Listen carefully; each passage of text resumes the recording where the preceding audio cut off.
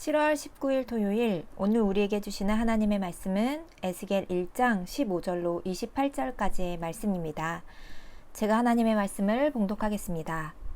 내가 그 생물들을 보니 그 생물들 곁에 있는 땅 위에는 바퀴가 있는데 그 네 얼굴을 따라 하나씩 있고 그 바퀴의 모양과 그 구조는 황옥같이 보이는데 그 넷은 똑같은 모양을 가지고 있으며 그들의 모양과 구조는 바퀴 안에 바퀴가 있는 것 같으며 그들이 갈 때에는 사방으로 향한 대로 돌이키지 아니하고 가며 그 둘레는 높고 무서우며 그 네 둘레로 돌아가면서 눈이 가득하며 그 생물들이 갈 때에 바퀴들도 그 곁에서 가고 그 생물들이 땅에서 들릴 때에 바퀴도 들려서 영이 어떤 쪽으로 가면 생물들도 영이 가려하는 곳으로 가고 바퀴들도 그 곁에서 들리니 이는 생물의 영이 그 바퀴들 가운데에 있음이니라. 그들이 가면 이들도 가고 그들이 서면 이들도 서고 그들이 땅에서 들릴 때에는 이들도 그 곁에서 들리니 이는 생물의 영이 그 바퀴들 가운데에 있음이더라. 그 생물의 머리 위에는 수정 같은 궁창의 형상이 있어 보기에 두려운데 그들의 머리 위에 펼쳐져 있고 그 궁창 밑에 생물들의 날개가 서로 향하여 펴 있는데 이 생물은 두 날개로 몸을 가렸고 저 생물도 두 날개로 몸을 가렸더라. 생물들이 갈 때에 내가 그 날개 소리를 들으니 많은 물소리와도 같으며 전능자의 음성과도 같으며 떠드는 소리 곧 군대의 소리와도 같더니 그 생물이 설 때에 그 날개를 내렸더라. 그 머리 위에 있는 궁창 위에서부터 음성이 나더라. 그 생물들이 설 때에 그 날개를 내렸더라. 그 머리 위에 있는 궁창 위에 보좌의 형상이 있는데 그 모양이 남보석 같고 그 보좌의 형상 위에 한 형상이 있어 사람의 모양 같더라. 내가 보니 그 허리 위의 모양은 단쇠 같아서 그 속과 주위가 불 같고 내가 보니 그 허리 아래의 모양도 불 같아서 사방으로 광채가 나며 그 사방 광채의 모양은 비 오는 날 구름에 있는 무지개 같으니 이는 여호와의 영광의 형상의 모양이라. 내가 보고 엎드려 말씀하시는 이의 음성을 들으니라. 아멘. 오늘의 말씀은 어제에 이어 에스겔이 본 환상에 대해 계속 이야기하고 있습니다. 에스겔 1장 15절에서 21절까지는 생물들 곁에 있는 보좌의 바퀴들에 대해 묘사하고 22절에서 28절까지는 절대적 주권자이신 하나님을 서술하고 있습니다. 먼저 에스겔은 내가 그 생물들을 보니 라는 표현을 통해 4절의 말씀처럼 에스겔 스스로가 직접 봤다는 것을 강조합니다. 그리고 자신이 본 환상을 자기가 아는 것에 비유를 들어 자세하게 설명하고 있습니다. 내가 그것을 보았다 라는 바에레 라는 단어를 통해 내가 말하고 있는 이 내용은 믿을 수 없는 내용이지만 실제로 내가 보았다 라는 것을 에스겔은 강조하고 있습니다. 그럼 그가 본 것은 무엇입니까? 어제 보았던 네 생물의 모습을 더 가까이에서 관찰하고 있습니다. 그 생물들의 곁에 땅 위에 바퀴가 하나 있었는데 네 얼굴을 따라 하나씩 있습니다. 16절 그 바퀴의 모양과 구조는 황옥같이 보이는데 넷은 똑같은 모양을 가지고 있으며 그들의 모양과 구조는 바퀴 안에 바퀴가 있는 것 같으며 17절 그들이 갈 때에는 사방으로 향한 대로 돌이키지 아니하고 가며 네 개의 바퀴는 황옥같이 보이는데 오늘날로 말하면 토파즈 같은 노란색의 보석을 가리키는 말입니다. 에스겔이 볼 때 그렇게 보였다는 것입니다. 노란색의 찬란한 빛을 내는 보석 같은 바퀴가 있는데 바퀴 안에 바퀴가 있는 것 같습니다. 학자들은 자이로스코프 같은 형태일 거라고 추측합니다. 회전이라고 불리는 자이로스코프는 원 안에 또 작은 원, 그 안에 작은 원이 있어서 어떠한 방향으로도 회전이 일어날 수 있는 장치를 말하는데요. 사진으로 찾아보시면 이해가 빠르실 것 같아요. 이런 자이로스코프에 따르면 17절의 말씀처럼 방향을 바꾸지 않고도 사방으로 움직일 수 있다는 게 조금은 이해가 될 것 같기도 합니다. 이것은 곧 모든 곳에 자유롭게 역사하시는 하나님의 권능과 전능성을 나타내고 있습니다. 현대과학으로는 이해하기 어려울지 모르지만 과학적으로 이해하지 못해도 말씀을 통해 우리가 깨달을 수 있는 것은 하나님은 어디에나 계시고 어디에나 즉시에 임재할 수 있는 분이시라는 것을 이 말씀을 통해 우리에게 알려주십니다. 이어지는 18절에서 내 바퀴의 둘레는 높고 무서우며 내 둘레로 돌아가며 눈들이 가득하다고 합니다. 바퀴에 가득한 눈도 하나님께서 세상 모든 것을 감찰하시며 보살피시고 계시다는 것을 우리에게 알려주십니다. 그 생물과 바퀴 안에는 생물의 영이 있어 하나가 된 듯 영의 뜻에 따라 함께 움직입니다.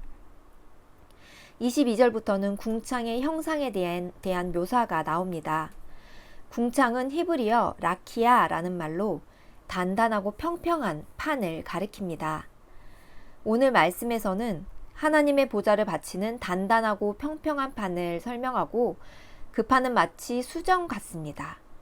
그리고 그것을 보니 두려운 마음이 생깁니다. 왜냐하면 초월적인 하나님을 볼 때 생기는 두려운 마음을 표현한 것입니다.